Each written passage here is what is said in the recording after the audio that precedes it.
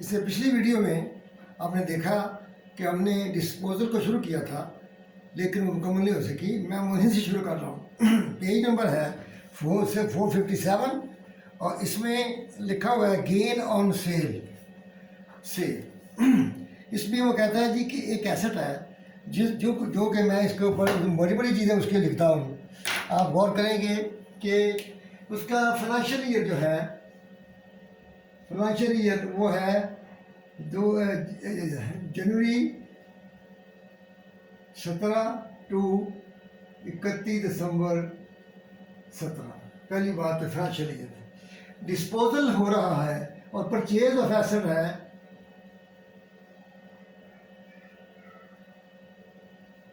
Asset की date क्या है, ये चीज़ में पता होना चाहिए कि परचेज ऑफ एसेट जो है वो हुआ है ऑफिस फर्नीचर कंपनी सेल्स। ये ऑफिस फर्नीचर ओरिजिनल कॉस्ट 1,60,000 जनवरी 1, 2003।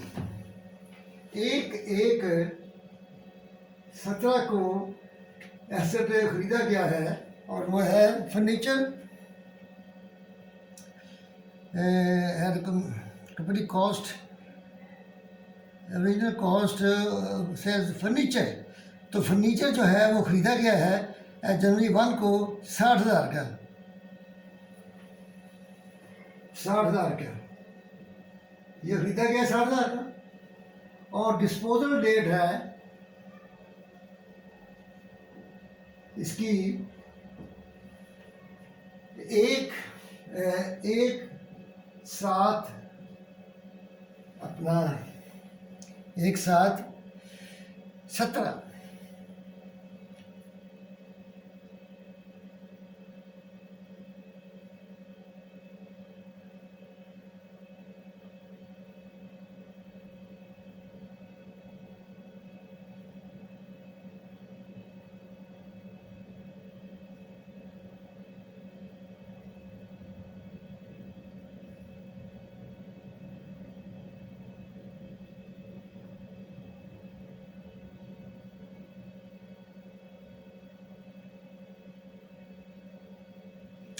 ठीक है जी। इसकी रेट नहीं लिखी हुई, परचेज की बात ये 60,000 की परचेज है और ये डिस्पोजल है 1/7/17। डिस्पोजल है 1/7/17। इसका मतलब ये है, जैसा कि आप जानते हैं कि डेप्रिसिएशन जो है ये एक एडजस्टिंग एंट्री है जो हम डालते हैं at the end of year.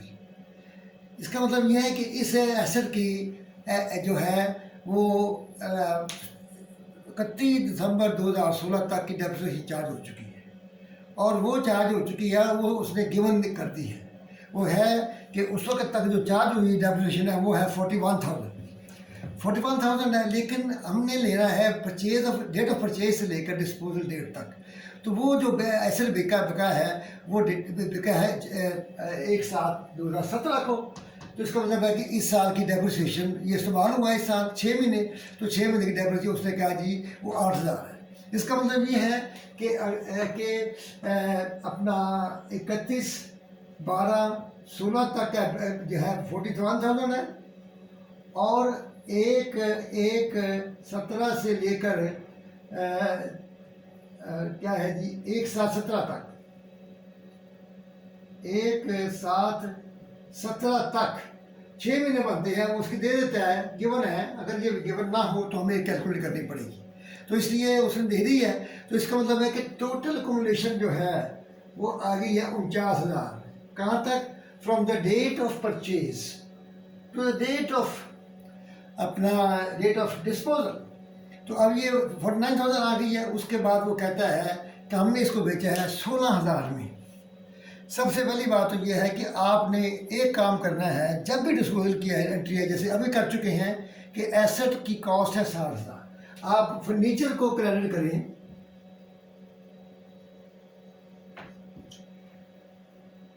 60,000 से।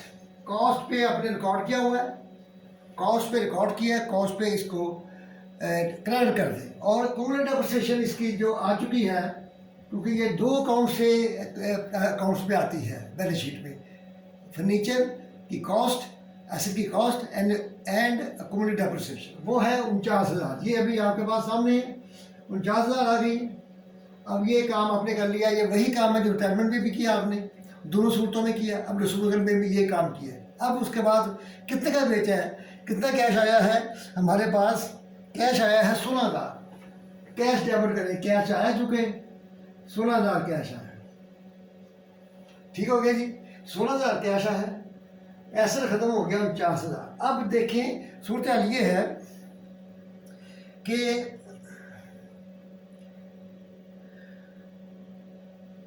अब देखिए कि इसको डबल ये जो है टोटल करें, जो तरीक़ाकार है ये 60,000 का है। ये दोनों डेबिट और क्रेडिट एक अमाउंट होनी चाहिए, ये आप जानते हैं। यहाँ पे कितना आता है? 16 जमा 49, ये 65,000 आता है। इसका मतलब है यहाँ 5,000 की कमी है, ये 5,000 की कमी पूरी कर दो। और ये क्रेडिट साइड पे कमी है तो ये गेन और डिस्पोजल है। ये हमारी एंट्री मुकम्मल हो गई है। और ये देखें 65,000 यहाँ पे है, 65,000 यहाँ पे है।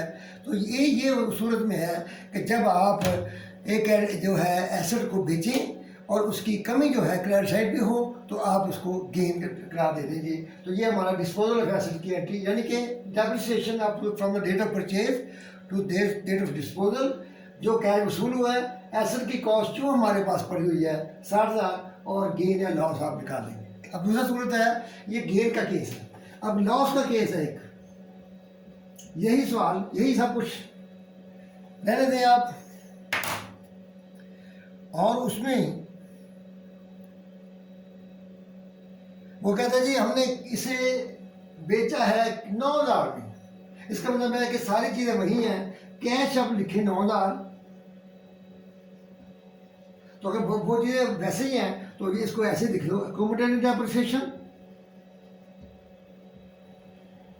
49,000। एसेट आप लिखेंगे फर्नीचर, जगह छोड़ दें थोड़ी सी,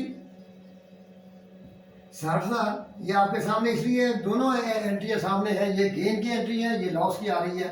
तो ये 9,000 तो ये 58,000 बनता है। इसका मतलब है कि यहाँ 2,000 डेबिट साइड पे डालना पड़ेगा, तो ये 60 बनेगा तब। तो ये जब डेबिट पे कमी हो तो लॉस ऑन डिस्पोजल है। तो इसका मतलब ये है कि आपको ये समझ आ गई होगी कि गेन की एंट्री डालने वक्त फ़र्क क्या होता है कि कैश कम आए तो लॉस हो जाएगा, कैश ज़्यादा आए तो प्रॉफिट हो जाएगा, गेन हो जाएगा। तो इसलिए डिस्पोजल ऑफ एसेट्स के लिए इंपॉर्टेंट चीज़ क्या है कि आपने कूल depreciation from the date of purchase to the date of disposal बनानी है। और वो आपके सामने अब मैंने सारा लिख दिया है। मेरे ख्याल आपको ये बात क्लियर हो गई। इसके बाद आगे चलते हैं, और वो है प्लांट एसेट्स के बाद इसकी एक चीज़ आई है, वो है exchange of asset. Exchange of asset आप 465 पेज पर देखेंगे। इसमें ये क्या होता है, एक्सचेंज ऑफ एसेट्स में ये होता है कि आपने एक अपना पुराना एसेट वापस कर दिया, दुकानदार के पास गए शॉपिंग करने के लिए, तो आपने पुराना एसेट से वापस कर दिया। उसे कहा भाई इसकी वैल्यू बताओ कितने पैसे के हमें दोगे, हमें एक नया एसेट दे दो। आप देखें कि स्कीमें चलती हैं, अभी वो ये अपना फॉर्म वालों की स्कीम मिली थी, आप पुराना लेके आए नया ले जाएँ। हैं जी, इस तरह गाड़ी वालों ने एक स्कीम चलाई थी कि जब पुरानी गाड़ी ले जाए नई ले जाएँ। इसका क्या तरीका होता है? इसका तरीका होता है कि सबसे पहला काम इसका ये होता है एक्सचेंज ऑफ एसेट्स में कि पुराने एसेट्स की फेयर वैल्यू आपने मुकर्रर करनी है। किससे? नेगोशिएशन से। Negotiation between the seller and the purchaser.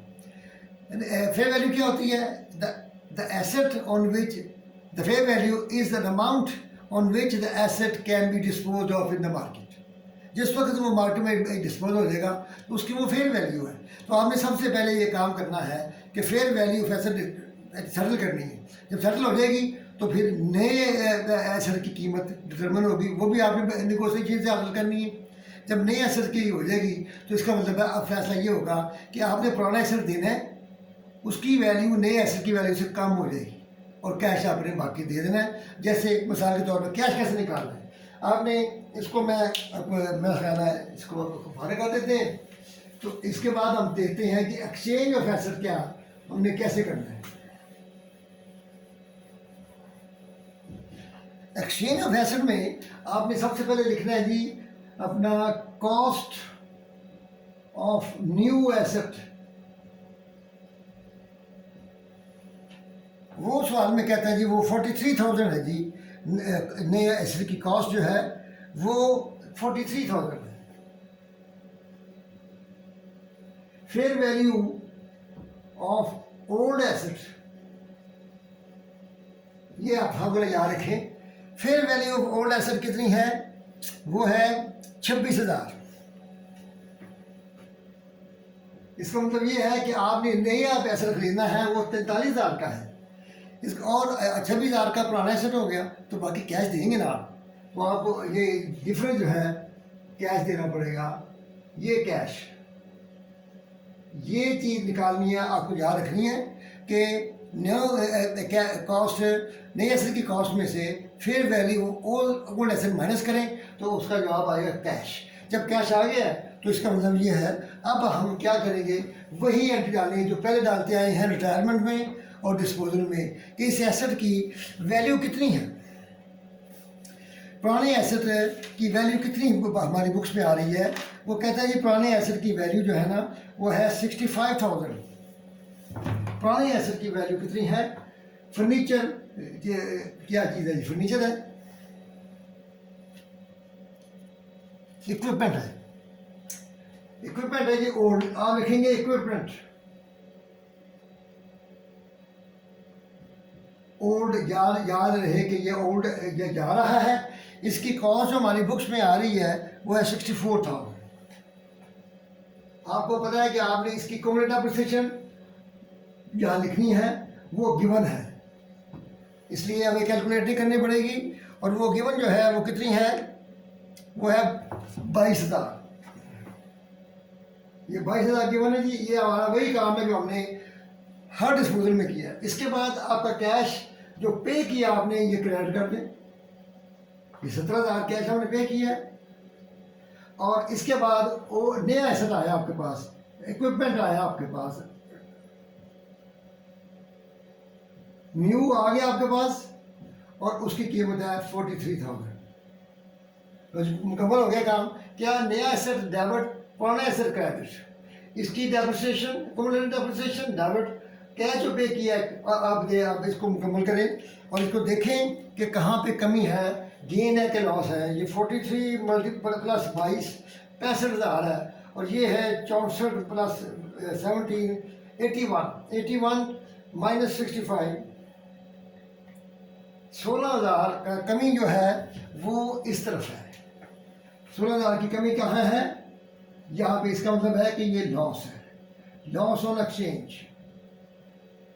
ये लॉस ऑन एक्सचेंज के आप ये टोटल करें, जब ये कर लें तो इसके बाद टोटल करें और क्लियर करें कि ये दोनों बराबर हैं। 81,000 ये बनता है, ये 81 बनता है, 43 माइनस 22 इंटू 16 81,000 बनता है, और ये इसका मतलब है कि ये हमारा यहाँ पे लॉस ऑन एक्सचेंज हुआ है। तो लॉस ऑन एक्सचेंज आपको समझ आ गई होगी कि ये हमने कैसे कैलकुलेट किया है। इसके बाद एक केस है वो कहता है जी वो उसमें गेन होता है, उसमें गेन के लिए मैं समझता हूँ कि मैं इसी सवाल को अगर चेंज कर दूँ, बजाय इसके कि इसकी मिसाल नए सिरे से लें कि यही जो एसेट है, अगर चले वो भी ले लेते हैं, फिर गड़बड़ ना हो जाए। चले वो ये अपना पेज 466 के ऊपर एक एग्जांपल है, उसमें कहता है जी नया जो एसेट है वो 22,000 का है, और ओल्ड एक जो है उसकी fair value of old asset जो है वो है 19,000, और नए एसेट की जो कॉस्ट है वो है 22,000। 19,000 इसका मतलब है कि ये हम कैलकुलेट कर रहे हैं, करते हैं यहाँ पे कि न्यू एसेट हमारा ये कितने का है जी, न्यू एसेट 22,000 का है। Fair value of old asset, वही तरीका जो हमने पहले गेन में लिखी है, वही तरीका, कोई तरीका नहीं बदलेगा। तो इसमें क्या करेंगे, उसकी फेयर वैल्यू जो है वो है ये 19,000।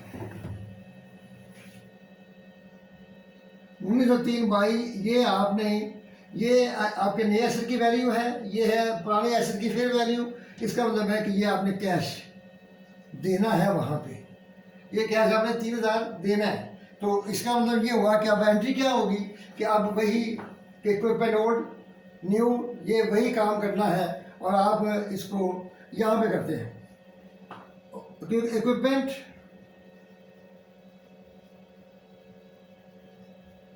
न्यू। अब मैं ज़रा इसको सीधा कर रहा हूँ। न्यू की वैल्यू कितनी है जी, ये लिखी हुई है न्यू की वैल्यू 22,000, ये डबल करें। ओल्ड इक्विपमेंट जो है, इक्विपमेंट ओल्ड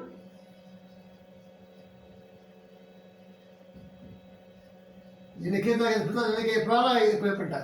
इसकी कॉस्ट हमारे पास कितनी आ रही है, 40,000।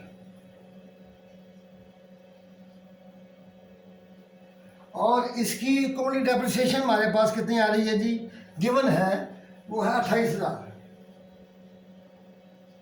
कॉमन डेप्रिसिएशन कैश हमारा जा रहा है 3,000, ये है 3,000 के कैश। अब आप देखिए सारे काम आपने कर लिया है, नया एसेट आज आ गया है, पुराना एसेट चला गया है, इसकी डेप्रिसिएशन कॉमन डेप्रिसिएशन हमने डबल कर दी, ये भी खत्म हो गई है। तो इसका मतलब है कि ये बनता है 50,000, ये बनता है 43,000। तो इसका मतलब है कि 7,000 का गेन हो जाएगा हमें। उसमें क्या हुआ था, लॉस, तो 7,000 यहाँ लगाएं, ये गेन हो गया ऑन एक्सचेंज। तो ये अब कंफर्म करें, ये आपको कंफर्म करना चाहिए कि ये 47 और 350 हो गए, ठीक हो गए, 47 और 350 बिल्कुल सही। तो इस तरीके से हमने एक्सचेंज ऑफ एसेट को समझ लिया है कि जब एसेट एक्सचेंज हो तो हमने क्या करना है, लॉस हो तो इसका मतलब ये है कि हमें कैश जो है वो कम देना पड़ा है, और जब ज़्यादा दे जाए तो हमें लॉस होता है। तो इसलिए ये था हमारा डिस्पोजल ऑफ एसेट्स, और इसको आप अच्छी तरह देखें, समझें और इसके सवाल करें।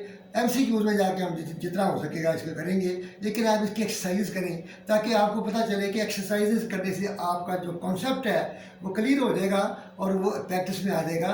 तो आपको जब होमवर्क जो है जितना ज़्यादा करेंगे उतना ही फ़ायदा होगा, क्योंकि MCQ पर ये है एंड पे हम करेंगे। अब इसके बाद नेक्स्ट जो वीडियो इंशाल्लाह होगी वो होगी इंटेंजिबल एसेट्स की, और ये ख़त्म कर लिया हमने। तो अल्लाह ताला आपको हमें नासर हो, और आप दुआ गो रहें मेरे लिए, मैं आपके लिए होऊंगा। आप ध्यान रखें और हमारे चैनल को सब्सक्राइब करें और बेल आइकॉन को प्रेस करके, ताकि आपको हमारी वीडियो मिलती रहें। और मेरी अल्लाह ताला आपका हमें नासर हो। अस्सलाम वालेकुम।